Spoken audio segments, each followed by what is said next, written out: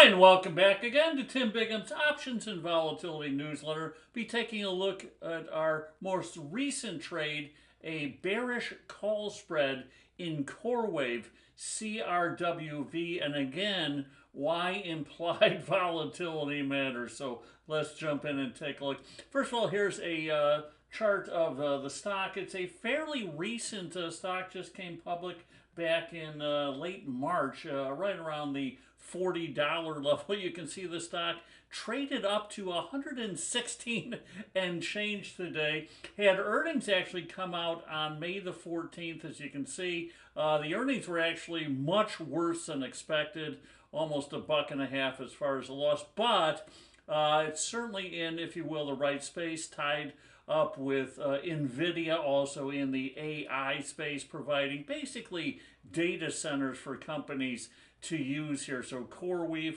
the day after earnings, kind of bled out sideways. Then we saw this huge rally. The stock closed the day after earnings right around the 65 level, traded up the next 4 days in a row, closing at over 100, so basically a 50% gain in 4 days post earnings that were a miss. Stock getting overbought on a technical basis for what it's worth, right? Not too many technicals to look back on, but 9-day RSI got to almost 90, starting to weaken.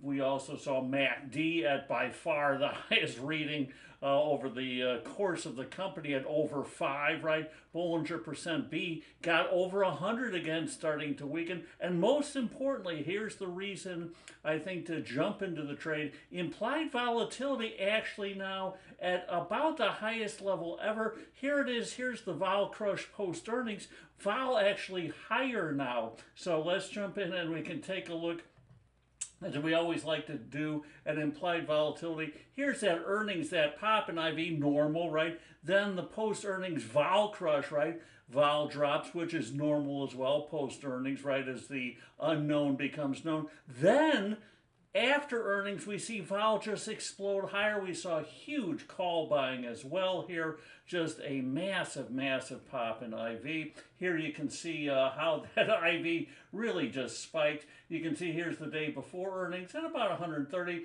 The vol crush to just under 100. Then the past 4 days, as you can see, IV just ripping higher. Most important to notice too that the short squeeze, the difficulty in borrowing the stock, right? The IV on the out of the money puts trading now at a much higher level than the out of money calls. Why? Because the stock is hard to borrow. That again accounts for that short squeeze in the stock, and another reason to take that bearish position. So here was our actual trade, as you can see, coming out on the 22nd, right after the opening, right? Going out because of the moonshot on the stock, but it's starting to stall. IV at the highs as well, even post earnings, right? Let's profit for the red hot rally to at least slow down, right? And we did it with the stock at 113, and we're selling the 140 call. So about a 25% upside cushion from the stock at that time before the trade got in trouble. Most of you got filled somewhere around $1.05 or so, give or take, right?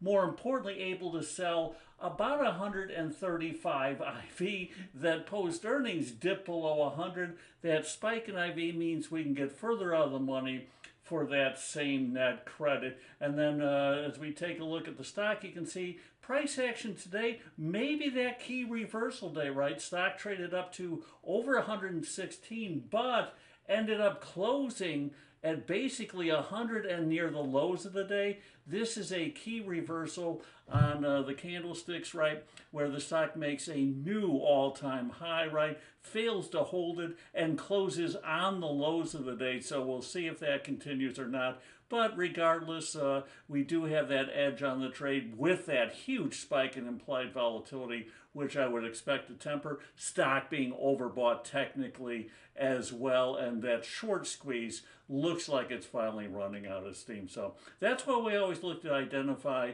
Find the edge, then put on the hedge. Will the trade work out? We really don't know till the end of the day, right? Trading is all about probability, not certainty.